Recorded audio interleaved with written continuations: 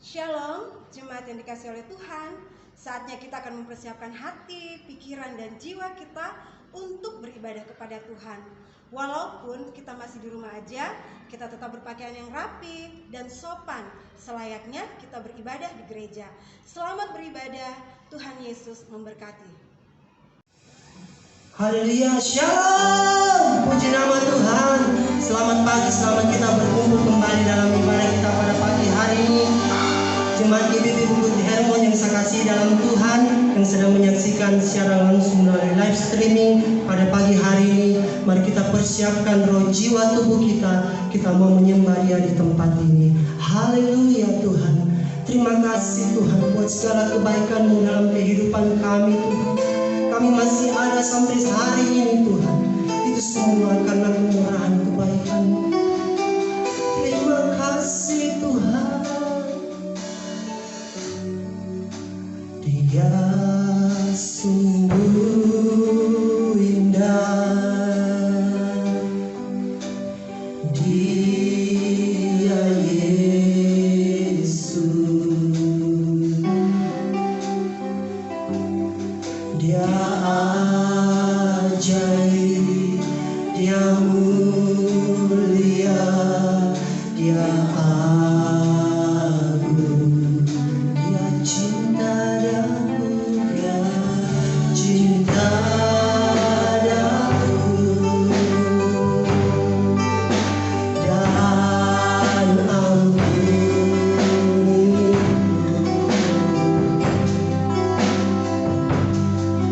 bahkan rela berikan nyawanya untuk selamatkanku. Sambutlah Yesus, tinggikan Yesus, beri Dia hormat, pujian, dan kuasa. Yesus Raja,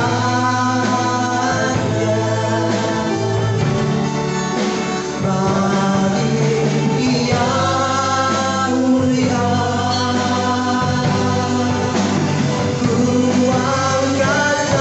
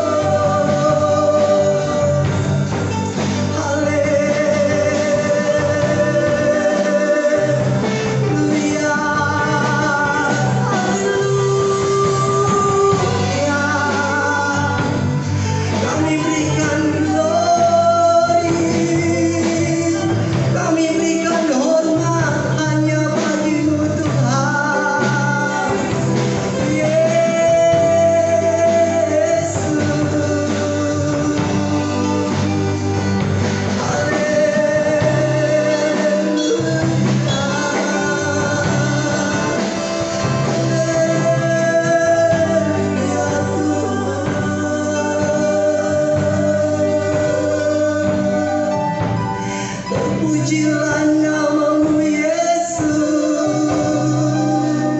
terpujilah namamu Tuhan.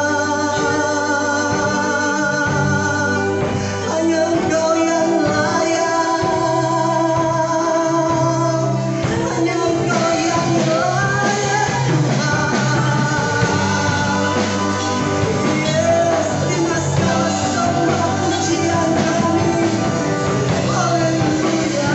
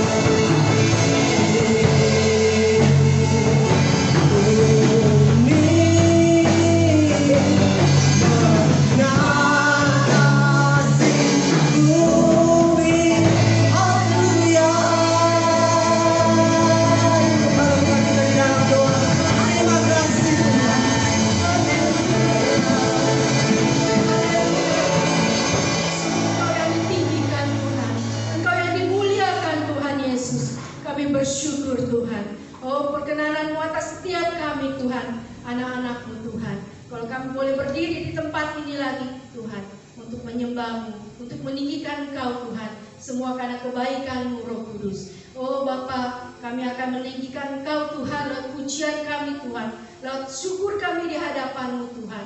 Juga sebentar kami akan isi oleh kebenaran firman-Mu Tuhan. Tuhan, Kau yang mengurapi Tuhan ibadah pada pagi hari ini Tuhan. Biar ibadah ini Tuhan menyenangkan hati-Mu Roh Kudus. Biar ibadah ini Tuhan indah di hadapan-Mu Tuhan. Layakkan kami Tuhan, layakkan setiap kami Tuhan. Anak-anak-Mu juga yang di rumah Tuhan. Kau berkati Tuhan Yesus. Terima kasih Bapa, terima kasih. Kami buka Tuhan ibadah kami pada pagi hari ini Tuhan. Hanya di dalam nama-Mu Yesus. Haleluya. Amin. Haleluya. Sebelum kita memuji memuliakan Dia, kita ucapkan dong selamat ulang tahun untuk negara kita Indonesia. Dirgahayu Indonesia yang ke-75. Biarlah Indonesia maju. Mari kita menyebutkan merdeka, merdeka 3 kali bersama-sama. Haleluya. 1, 2, 3. Merdeka, merdeka, merdeka. Haleluya. Terima kasih Tuhan. Kita siap untuk memuji Tuhan di tempat ini. Haleluya. Mari bangkit berdiri bersama-sama. Mari kita berikan yang terbaik buat Tuhan kita. Haleluya Tuhan. Terima kasih Yesus.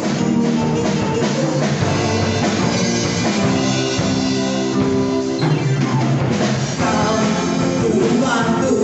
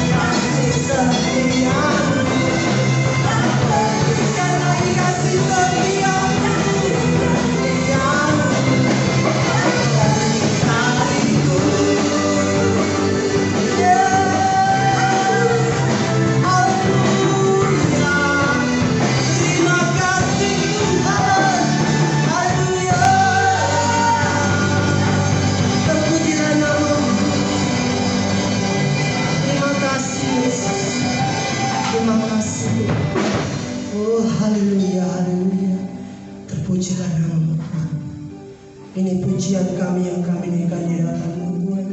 Biarlah naik Tuhan dan berkenan Tuhan. Kita siapkan hati kita untuk disuruh kebenaran firman. Kami mau berdoa buat bangsa kami Tuhan, buat Indonesia. Biarlah Indonesia penuh dengan kemuliaan-Mu Tuhan. Oh haleluya Tuhan. Terima kasih Tuhan.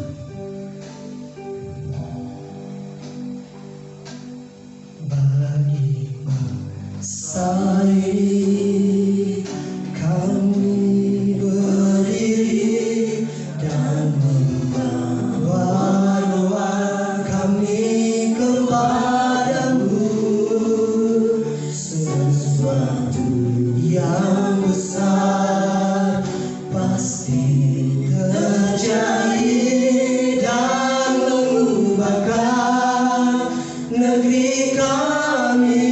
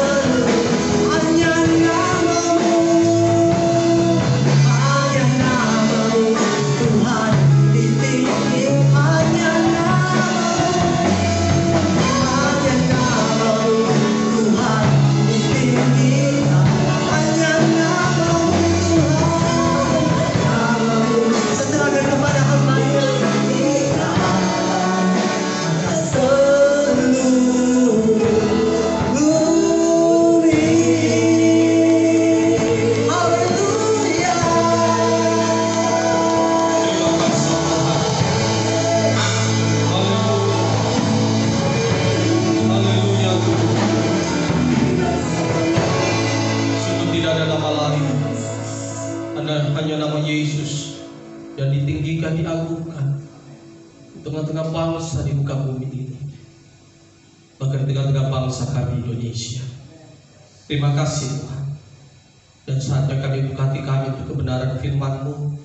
Kami berdoa Roh Kudus menjamah setiap anak-anak-Mu yang mendengarkan firman-Mu, sehingga kami bukan hanya menjadi pendengar, tetapi kami menjadi pelaku-pelaku firman. Dalam nama Tuhan Yesus Kristus, dan Tuhan sendiri yang menemukan firman-Mu dengan mujizat-Mu, dengan anugerah-Mu dan berkat-Mu. Di dalam nama Tuhan Yesus kami berdoa, haleluya.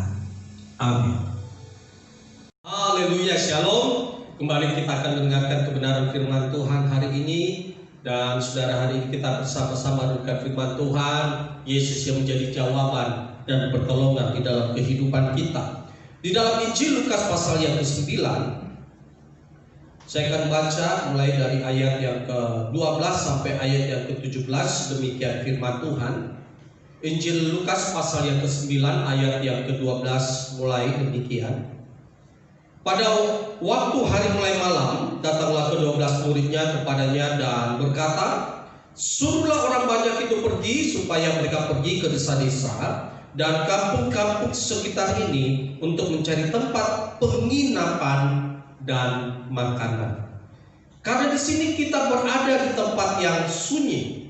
Tetapi ia berkata kepada mereka, "Kamu harus memberi mereka makan." Mereka menjawab, "Yang ada pada kami tidak lebih daripada 5 roti dan 2 ikan, kecuali kalau kami pergi membeli makanan untuk semua orang banyak ini, sebab di situ ada kira-kira 5.000 orang laki-laki."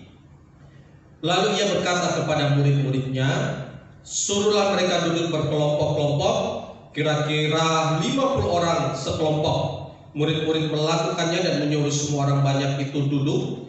Dan setelah ia mengambil 5 roti dan 2 ikan itu, ia menengadah ke langit, mengucap berkat, lalu memecah-mecahkan roti itu dan memberikannya kepada murid-muridnya, supaya dibagi-bagikannya kepada orang banyak.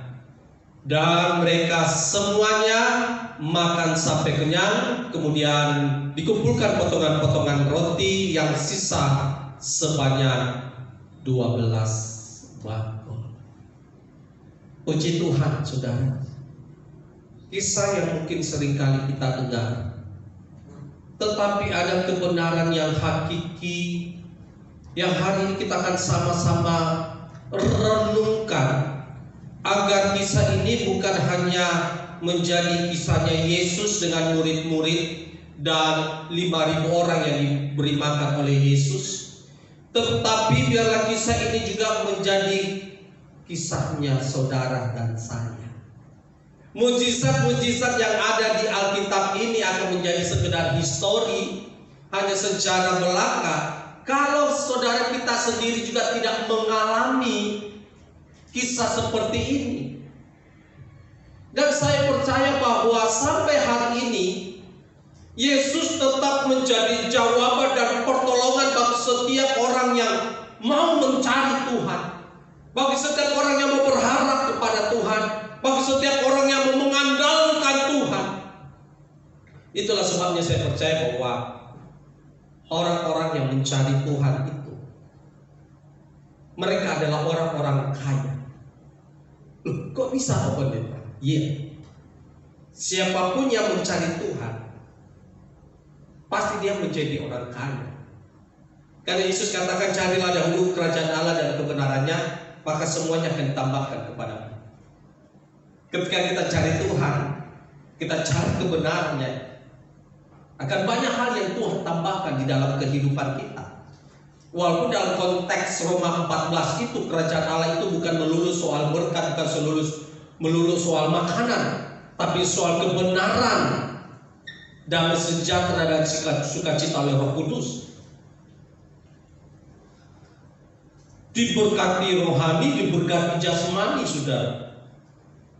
Kita hidup di dalam kebenarannya, hidup dalam sukacita, hidup dalam damai sejahtera. Ini yang paling dicari orang saat ini, saudara. Karena begitu banyak orang hidup dalam kekhawatiran, ketakutan di hari-hari ini. Tetapi sekali lagi Yesus menjadi jawaban dan pertolongan di dalam kehidupan kita. Nah, kembali di dalam kisah ini, bagaimana di dalam pelayanan Yesus bersama murid-muridnya, ada masalah yang mereka dapatkan ketika orang-orang yang ikut Yesus ini tidak pulang-pulang, saudara. Istilahnya kan seharusnya kalau ya ikut Tuhan, tapi ya paling tidak sore udah pulang. Nah, ini firman Tuhan katakan pada hari mulai malam orang-orang itu pada belum pulang ikut Tuhan.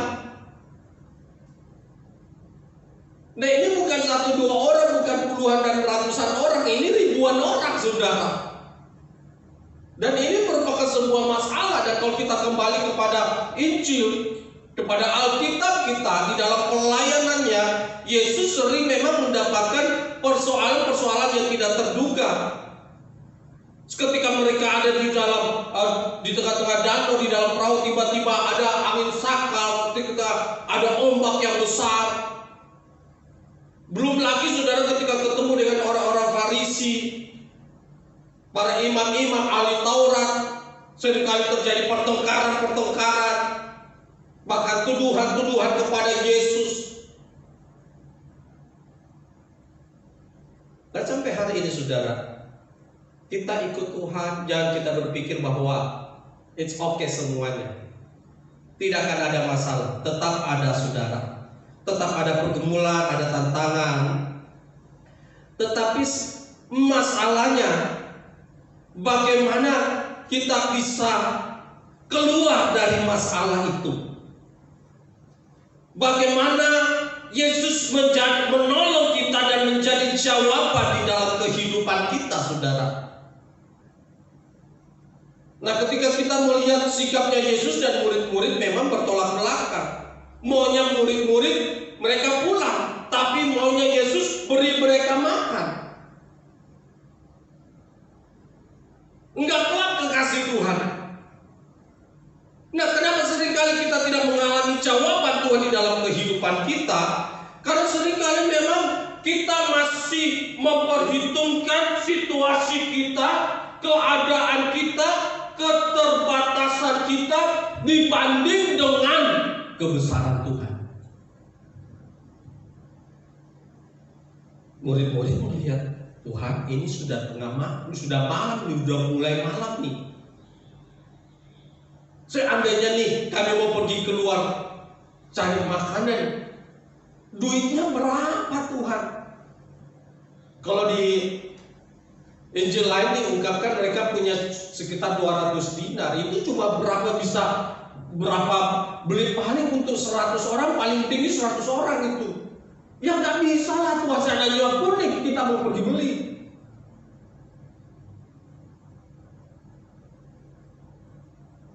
Kenapa seringkali kita nggak mengalami pertolongan Tuhan? Karena kita selalu melihat kekurangan kita. Kita selalu melihat keterbatasan kita. Kita selalu melihat situasi hidup kita dibanding sekali lagi dengan kebesaran Tuhan. Walaupun dalam ibadah kita selalu berkata, besar Allahku, nyanyikan besar Allahku, selamanya besar, Dia ajaib Yesusku. Tetapi ketika mengalami masalah, nyali kita ciut, saudara. Kita lihat hidup kita, aduh gak mampu saya ini. Pada waktu Tuhan datang kepada Gideon, karena waktu itu bangsa Israel dijajah oleh bangsa Midian. Tuhan sudah katakan kepada Gideon, hai engkau anak muda yang gagah perkasa, aku mengutus engkau untuk melepaskan bangsa Israel dari penjajahan bangsa Midian. Gideon katakan begini, ah Tuhanku, kaumku ini yang paling terkecil di antara suku Manasye. Nah, saya sendiri yang paling muda di antara kaum keluargaku. Padahal Tuhan sudah katakan kepada Gideon, "Hai engkau anak muda yang gagah perkasa." Dia katakan, "Tuhan, Gideon itu orang perkasa." Tetapi Gideon tidak melihat dirinya seperti yang Tuhan lihat dalam dirinya. Langsung Gideon melihat bahwa kaumnya itu paling kecil dari antara suku Manasye. Bahkan dia yang paling muda di antara kaum keluarganya. "Ayah, jangan saya lah Tuhan. Carilah kaum keluarga yang lebih besar, atau paling tidak, saya kan yang muda, carilah kakak-kakak saya yang lebih tua, yang lebih berpengalaman, yang lebih handal lah Tuhan. Saya ini gak ada apa-apanya." Untunglah saudara Tuhan sabar kepada Gideon. Kalau Tuhan dah sabar, ya udah, kalau nggak mau dipakai nggak usah, nanti saya pilih yang lain. Untung Tuhan sabar. Itu pun Gideon kasih minta tanda. "Oke deh Tuhan, kalau memang Tuhan mau pilih saya nih, beri saya tanda Tuhan. Nih, ini ada guntingan bulu domba nih Tuhan. Kalau seandainya saya taruh ini di tengah rumput nih, padang rumput, kalau besok guntingan domba nih, bulu domba ini bisa basah, tetapi hamparan padang rumput di sekelilingnya kering. Oh, saya percaya Tuhan yang mengutus saya." Sampai Gideon muji Tuhan, saudara. Kekasih Tuhan, saya percaya bahwa Tuhan ciptakan kita bukan seperti orang-orang yang biasa, seperti orang-orang yang tidak punya apa-apa, seperti orang yang tidak sanggup melakukan apapun. Saudara yang dikasih oleh Tuhan, mari kita memahami kebenaran ini. Ketika Tuhan menciptakan kita, Mazmur katakan bahwa kejadianku dahsyat, kejadiannya dahsyat, saudara. Dan inilah yang dipahami oleh Daud ketika bangsa Israel diperhadapkan oleh Goliat, pahlawan gagah perkasanya dari Filistin. Raja Saul saja waktu itu nggak berani, saudara. Panglima-panglima Israel nggak ada yang berani lawan si Goliat. Muncullah seorang anak muda yang mungkin masih remaja, saudara, masih biasa, nggak ada apa-apanya. Tetapi ketika dia berhadapan dengan Goliat, dia berkata, "Engkau mendatangi aku dengan pedang, dengan tombak, dengan lembi, tapi aku mendatangi engkau dengan nama Tuhan semesta alam." Kenapa Daud berani melawan Goliat, sedangkan Raja Saul saja tidak berani, saudara? Daud tidak melihat dirinya. Dia datang atas nama Tuhan semesta alam. Daud kenal siapa Allahnya. Itulah sebabnya, saudara, kalau kita ingin mengalami jawaban Tuhan di dalam hidup ini, kenal Tuhanmu dengan baik, sehingga kita bisa benar-benar mengandalkan Tuhan. Walaupun di depan kita ini adalah raksasa. Saya nggak tahu pergumulan saudara seperti apa di depan, tantangan apa seperti apa di depan saudara. Mungkin dalam tanda kutip raksasa-raksasa yang ada di depan kita. Ada saatnya di mana kita berkata sama seperti Daud,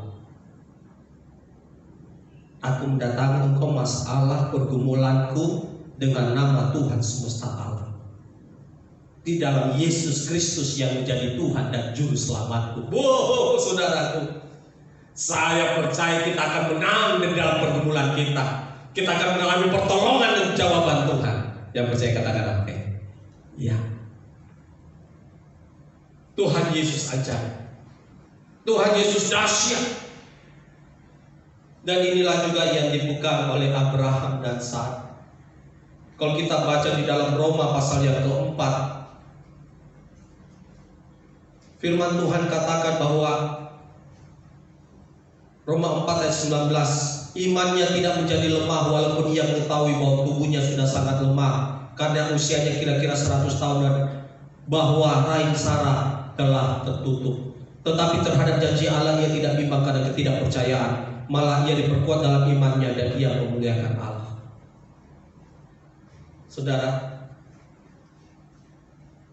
Abraham, kalau dia mau melihat dirinya, usianya, juga istrinya yang sudah umur 90 tahunnya, jelas saudara sudah tutup rahim, sudah nggak, istilah secara manusia nggak bisa melahirkan lah.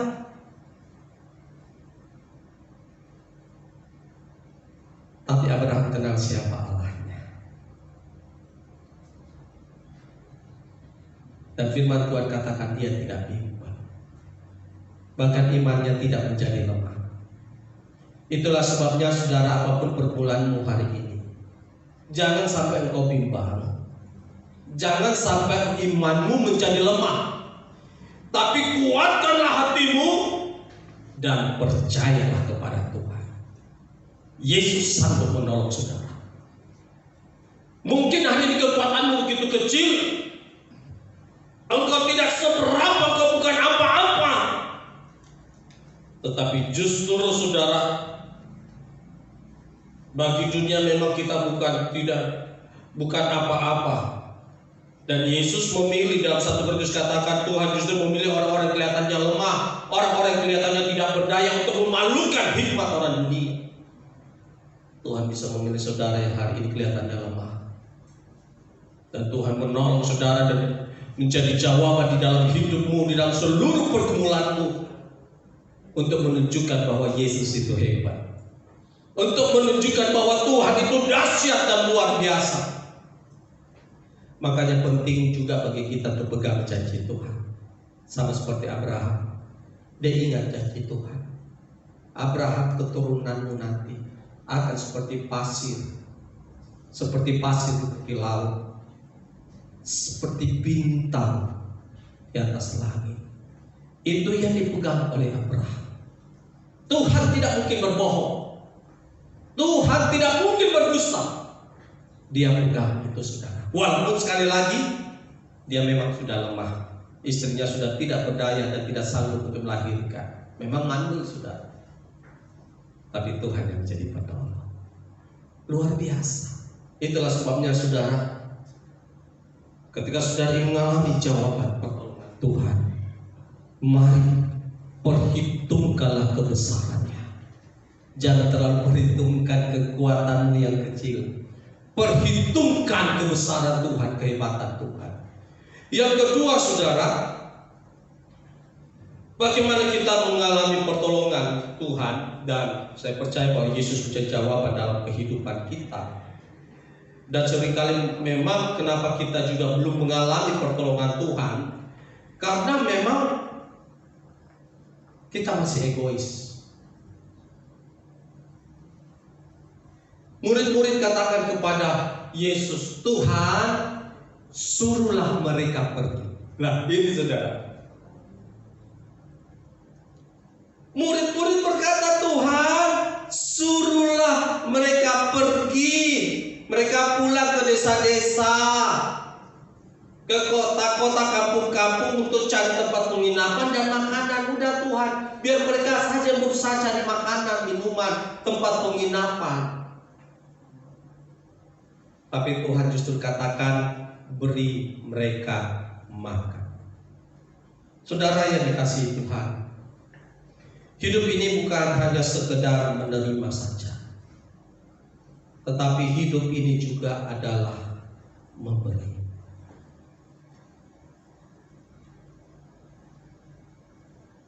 Dan memang konsep kekristenan itu seringkali memang berbeda dengan konsep dunia. Konsep dunia itu yang penting udah bagaimana mendapatkan segala sesuatu dengan usaha sekecil-kecilnya. Tapi konsepnya Tuhan, bagaimana kita memberi. Dunia tidak mengajarkan bagaimana kita memberi. Dunia itu mengajarkan bagaimana kita mendapat. Tapi Tuhan mengajarkan saudara dan saya bagaimana kita memberi. Dan Yesus tunjukkan itu, bahkan Yohanes 3:16, karena begitu besar kasih Allah akan dunia ini sehingga Ia mengaruniakan, Ia menyerahkan, memberikan anaknya yang tunggal.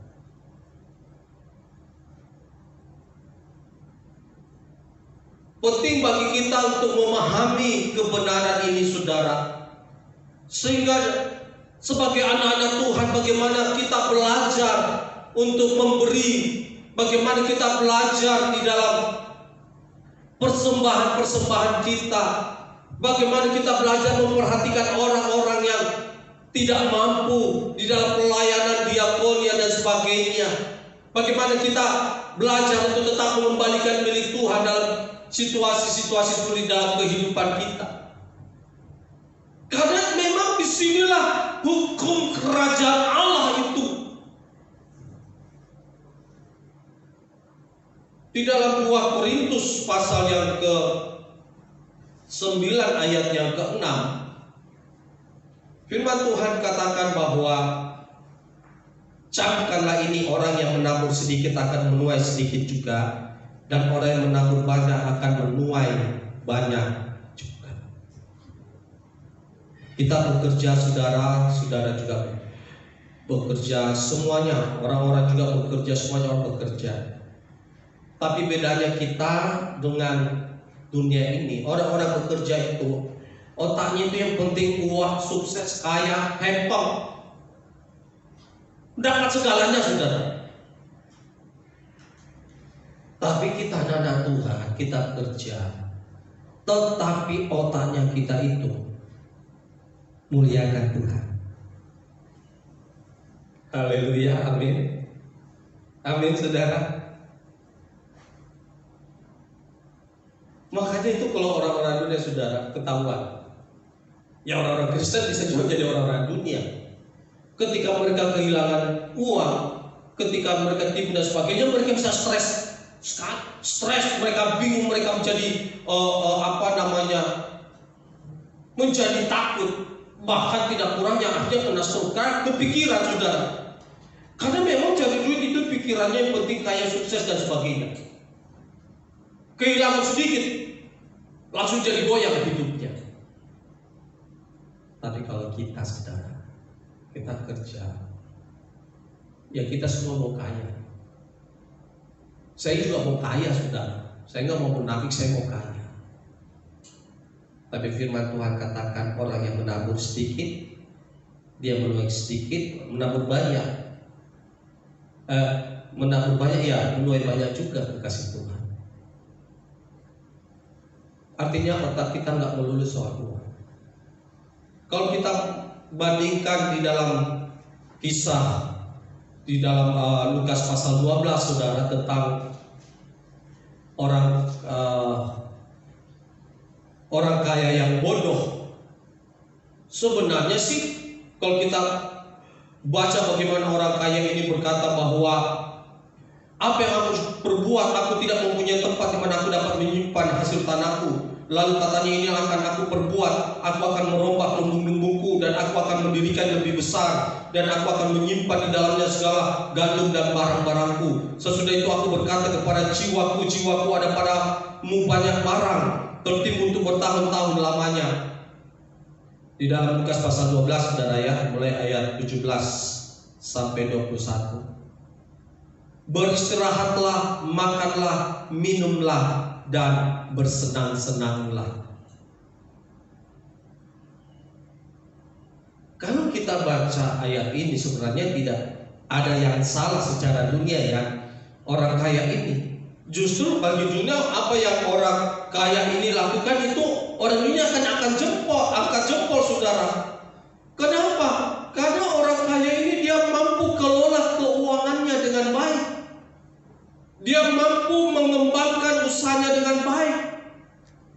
Dia mampu berinvestasi, dia mampu untuk menabung dan lain-lain. Bagi orang dunia, ini orang kaya ini mantap sekali, hebat, pinter. Tetapi ayat yang ke-20 dari Lukas 12 tadi katakan, tetapi firman Allah kepadanya, hai engkau orang bodoh, pada malam ini juga jiwamu akan diambil daripadamu, dan apa yang telah kau sediakan untuk siapakah itu nanti? Demikianlah jadinya dengan orang yang mengumpulkan harta bagi dirinya sendiri jika dia tidak kaya di hadapan Allah. Cuma satu saja kesalahan orang kaya ini. Dia mengumpulkan harta untuk dirinya. Dia tidak kaya di hadapan Tuhan. Dia tidak melihat orang-orang di sekelilingnya. Dia hanya melihat dirinya. Penting saya kaya, saya sukses, saya menabung, saya berinvestasi dan sebagainya. Tapi dia lupa bahwa di sekelilingnya banyak orang-orang yang membutuhkan sesuatu yang nasibnya tidak sama seperti dia. Seringkali memang Tuhan menempatkan orang-orang yang kekurangan, orang-orang yang kelihatannya miskin, saudara, di sekeliling kita, supaya kita belajar bagaimana kita mengulurkan tangan, saudara. Itulah sebabnya mari kita memahami kebenaran ini. Di hadapan Tuhan orang kaya ini adalah bodoh karena dia egois. Dia lupa Tuhan. Jadi apapun situasimu hari ini, saudara, ingat, muliakan Tuhan dengan apa yang kita miliki. Jangan egois, saudara. Apa yang kita bisa berilah itu dengan segala hati yang tulus. Karena pada saatnya juga kita akan menuai. Dan yang terakhir, seringkali kita tidak mengalami jawaban Tuhan, pertolongan Tuhan dalam hidup kita karena kita melihat masalah itu terlalu besar. Pergumulan yang kita alami itu terlalu besar. Murid-murid melihat bahwa dengan 5 roti dan 2 ikan tidak akan pernah mampu untuk memberi makan 5.000 orang laki-laki. Tambah dengan perempuan dan anak-anak yang anggaplah kali 2 sajalah, saudara, 10.000 orang dengan 5 roti 2 ikan. Tidak mampu. Tidak akan bisa, saudara. Mereka lupa bahwa Yesus ada bersama dengan mereka. Yesus yang sama yang selalu menolong mereka di dalam setiap persoalan. Yesus yang sama setiap ada orang sakit disembuhkan. Mereka lupa bahwa ada Tuhan di tengah-tengah mereka. Mereka melihat masalah itu terlalu besar. Dan inilah yang seringkali membuat kita sulit untuk mengalami terobosan-terobosan di dalam kehidupan kita. Sulit bagi kita untuk mengalami kehidupan yang semakin maju. Kenapa, saudara? Kita hanya terpaku dengan masalah kita. 1 Yohanes pasal 5 ayat 4, firman Tuhan katakan bahwa inilah iman yang mengalahkan. Yang mengalahkan dunia itu adalah iman kita. Sama seperti Abraham tadi, imannya tidak menjadi lemah. Kita harus percaya bahwa kita lahir dari Allah. Roma 8 katakan bahwa kalau Tuhan di pihak kita, jika Tuhan di pihak kita, siapa yang lawan kita? Dan saya percaya sampai hari ini Tuhan ada di pihak saudara dan saya. Karena memang ini janji Tuhan. Ketahuilah bahwa aku menyertai engkau sampai kesudahan alam. Dia tetap Allah yang Immanuel. Dia tetap Allah yang menyertai kita. Kekasih Tuhan, jangan sampai kita sama seperti bangsa Israel yang ketika mulai masuk di tanah Kanaan dan kemudian mereka katakan bahwa negeri ini memang kelihatannya indah, baik sekali, sangat bagus. Tapi masalahnya banyak keturunan raksasa di situ, manusia-manusia raksasa di situ. Kita tidak akan sanggup mengalahkan karena kita seperti belalang. Nih, perhatikan saudara. Mereka melihat masalah itu terlalu besar. Dan apa yang terjadi, saudara? Mereka menjadi takut, mereka menjadi gentar, mereka akhirnya tidak masuk ke tanah Kanaan dan Tuhan membiarkan mereka berputar-putar di padang gurun selama 40 tahun. Sampai generasi selanjutnya yang masuk, generasi yang percaya bahwa Tuhan sanggup melakukan perkara besar. Saudara, pandang wajah Yesus. Apapun yang terjadi di tengah-tengah kita hari-hari ini, pandang wajah Yesus. Dia lebih besar dari persoalanmu. Dia lebih besar dari pergumulan hidup. Dan lihat bagaimana cara Yesus ketika akhirnya dia berkata, mana itu makanan, roti dan ikan. Yesus mengambil 5 roti dan 2 ikan itu. Lihat cara Yesus. Firman Tuhan katakan ayat 16 dari Lukas 9 tadi. Dan setelah ia mengambil 5 roti dan 2 ikan itu, ia menengadah ke langit, mengucap berkat, lalu memecah-mecahkan roti itu dan memberikannya kepada murid-murid supaya dapat dibagikan. Dan kemudian firman Tuhan katakan masih ada potongan-potongan roti yang sisa sebanyak 12 bak. Bagaimana kita mengalami pertolongan Tuhan, saudara? Menengadah ke langit, looking up to heaven. Bukan hanya sekedar melihat ke langit, kita melihat Bapa kita di surga. Ku pandang wajah-Mu dan berseru, pertolonganku datang dari-Mu. Looking up to heaven. Pandang wajah Bapa kita di surga. Baru kemudian ucapkan berkat dengan 5 roti dan 2 ikan. Ucapkan berkat ini bahasa aslinya itu eulogio, artinya bagaimana di dalamnya kita memuji Tuhan, di dalamnya kita bersyukur kepada Tuhan. Eulogio. 5 roti 2 ikan sedikit sekali. Dengan apapun yang ada padamu saat ini, eulogio, ucapkan berkat. Terima kasih Yesus. Terima kasih Yesus. Ucapan berkat, saudara. Ada pujian kepada Tuhan. Ada ucapan syukur kita. Ini baru namanya ucapkan berkat. Nah, seringkali sebaliknya, saudara, kita melihat segalanya, aduh, kecil sekali, terbatas. Aduh, kok seperti ini Tuhan, Tuhan mau berkati orang lain, Tuhan lebih, Tuhan kenapa saya cuma begini? Ayo kita kembali kepada firman. Dengan apa yang ada padamu, ucapkan berkat. Looking up to heaven dulu. Mandang ke surga dulu, mandang Bapa kita di surga, baru kita ucapkan berkat dengan apa yang ada. Terima kasih Tuhan, dengan yang Tuhan berikan kepadaku, dan tanda kutip tadi 5 roti dan 2 ikan. Ucapkan berkat. Ada pujian di situ, ada ucapan syukur di situ.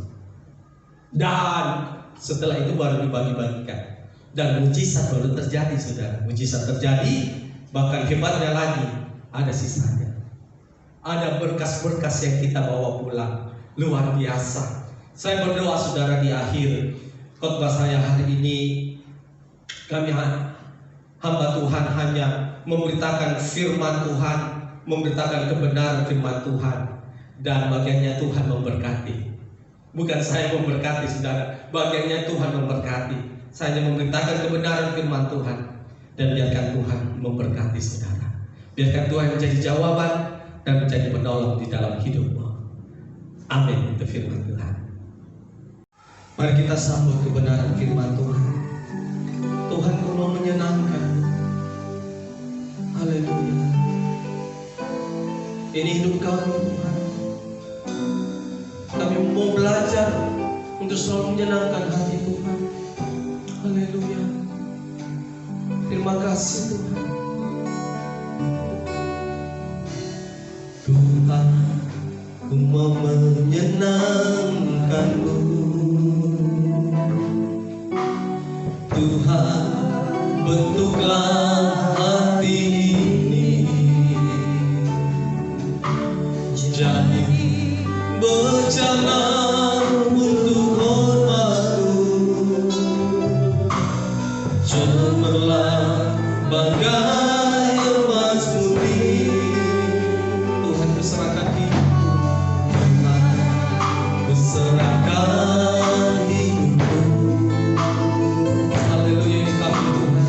Semua ku berikan padamu. Kuduskan kami, oh kuduskan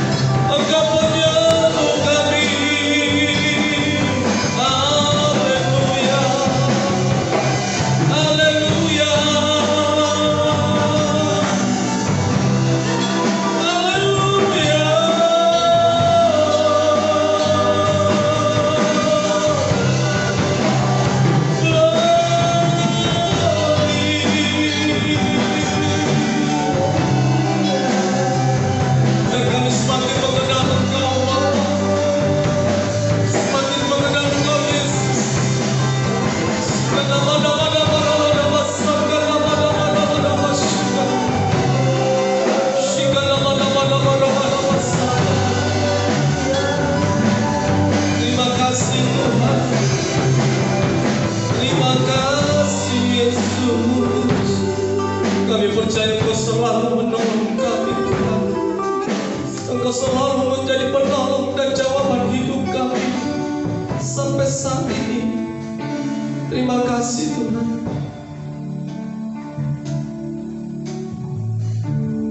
Tuhan selalu menolongku, selalu menjagaku. Sehelai di rambutku tak akan terjatuh tanpa seizin-Mu. Tuhan selalu menolongku, selalu menjagaku. Dia mengenyangkanku dan peliharaku seluruh hidupku. Mari kita angkat tangan bersama-sama. Dia selalu menolong. Tuhan selalu menolong. Percayalah Dia jawaban dalam hidupmu. Tidak selai rambutmu bisa terjatuh tanpa seizin Tuhan. Sehelai di rambutku tak akan terjatuh tanpa seizin-Mu.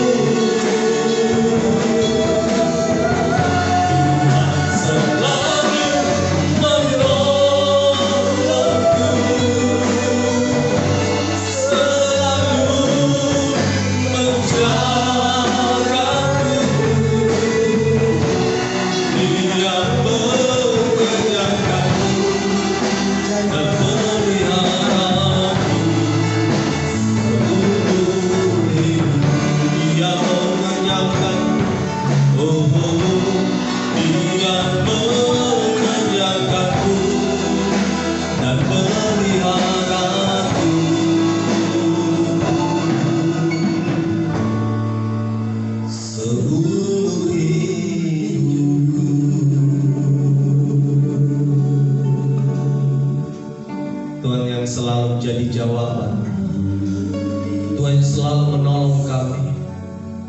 Bahkan tidak selai rambut pun terjatuh tanpa seizin Tuhan. Kami dipelihara Tuhan, hidup kami dijamin oleh Tuhan. Terima kasih Tuhan. Ampuni kalau kami masih egois. Ampuni kalau kami hanya melihat keterbatasan kami.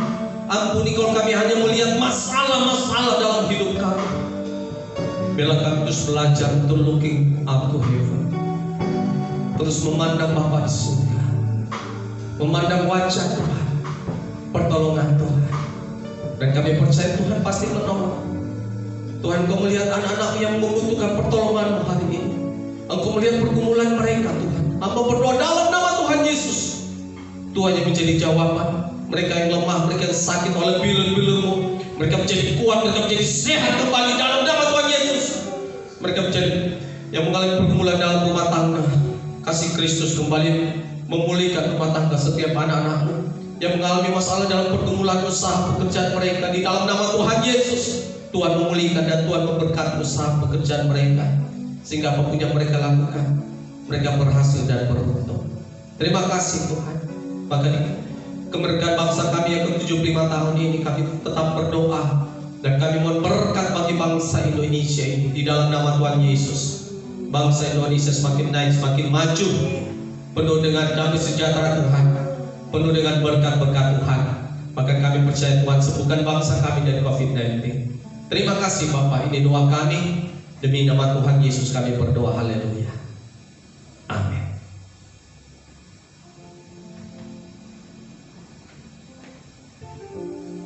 Haleluya, tiba saatnya kita akan memberikan persembahan kita kepada Tuhan. Biarlah mari setiap jemaat, mari kita mau memberikan yang terbaik buat Tuhan kita, karena Dia lebih dulu memberikan yang terbaik bagi setiap kita. Haleluya. Sebelumnya kita tunduk kepala, kita berdoa. Tuhan Allah Bapa kami yang di sorga, Terima kasih Tuhan buat pagi siang hari ini Tuhan. Kami bersyukur buat lawatan-Mu Tuhan dalam ibadah kami. Kami sudah memuji memuliakan Engkau Tuhan. Kami sudah mendengarkan firman-Mu. Biarlah Tuhan kiranya Tuhan kami percaya jemaat-Mu diberkati Tuhan pada pagi siang hari ini. Terima kasih Tuhan. Tiba saatnya kami akan memberi untuk pekerjaan-Mu Tuhan. Biarlah Tuhan ajar kami Tuhan memberikan yang terbaik Tuhan buat Engkau. Biarlah Engkau memberkati setiap jemaat-Mu Tuhan. Memberkati usaha pekerjaan jemaat-Mu Tuhan. Engkau tetap pelihara Tuhan. Di tengah masa pandemi ini Tuhan kami percaya. Biarlah Tuhan jemaat-Mu Tuhan tetap terpelihara. Tetap Tuhan memberkati Tuhan. Terima kasih Tuhan, terpuji nama-Mu. Kami siap memberi dengan sukacita dalam nama Yesus kami berdoa. Haleluya, amin. Haleluya, jemaat bisa memberikan persembahan di layar kaca di depan di LCD kita ini ada nomor rekening gereja, mungkin bisa kita transfer untuk persembahan kita pada ibadah kita pada pagi siang hari ini. Haleluya. Mari kita akan memberi untuk pekerjaan Tuhan. Kita angkat pujian. Tuhan curahkan roh-Mu. Yes.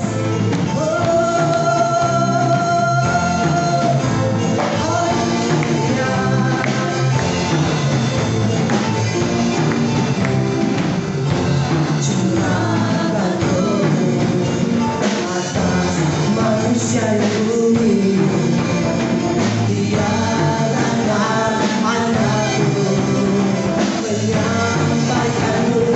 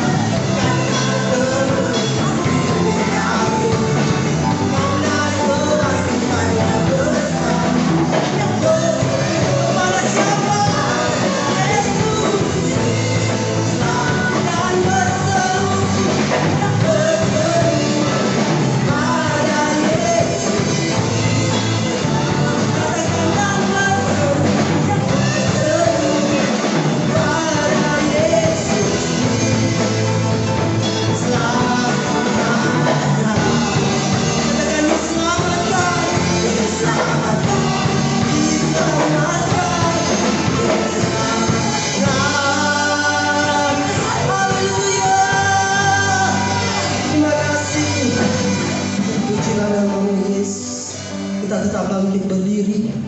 Mari kita angkat kedua tangan kita. Terima kasih Tuhan. Kami berdoa buat bangsa kami. Kami mengucapkan berkat buat bangsa kami. Terima kasih Tuhan. Haleluya. Bagi bangsa ini kami berdiri. Doa kami kepadamu. Yang besar pasti terjadi Tuhan. Yang memulihkan negeri kami. Hanya Kau Tuhan ditinggikan atas hidup bagi bangsa kami.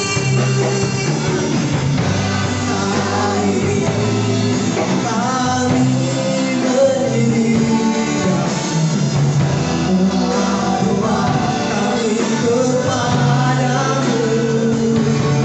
Sesuatu yang besar kami percaya Tuhan. Sesuatu yang besar pasti terjadi Tuhan bagi Indonesia. Haleluya. Hanya Kau Tuhan ditinggikan atas seluruh. Hanya Namamu Tuhan. Hanya Namamu Tuhan ditinggikan. Hanya Namamu. Hanya Namamu Tuhan ditinggikan. Hanya Namamu. Hanya Namamu Tuhan ditinggikan. Saudara hamba yang berikan dalam doa. Atas seluruh bumi. Berikan kemuliaan bagi nama Tuhan.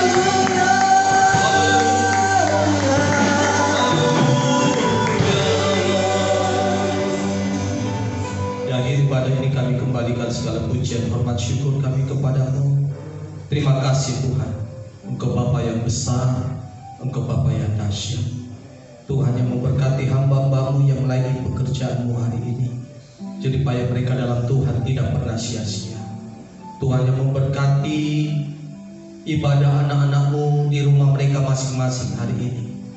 Ibadah kami pun juga tidak sia-sia. Kami percaya Tuhan, Tuhan yang melihat hati kami. Dan Tuhan juga memberkati setiap anak-anak-Mu yang memberi itu pekerjaan-Mu, pakai mengembalikan milik-Mu. Terima kasih Tuhan. Dan kami percaya di akhir ibadah ini Engkau menjadi jawaban bagi setiap kami. Ada pertolongan Tuhan dan ada jawaban Tuhan. Dan kami akan mengakhiri ibadah kami Tuhan. Kekasih Tuhan, arahkan hatimu, angkat tanganmu. Biarlah kiranya berkat dan anugerah berlimpah-limpah dari Allah Bapa, kasih setia dan damai sejahtera dari Tuhan kita Yesus Kristus, serta persertaan manis dari Roh Kudus yang terus memimpin dan menyertai kita sampai pada kedatangan Tuhan Yesus yang kedua kali. Dalam nama Tuhan Yesus, setiap kita percaya dan diberkati Tuhan, bersama-sama katakan amin. Tuhan Yesus memberkati.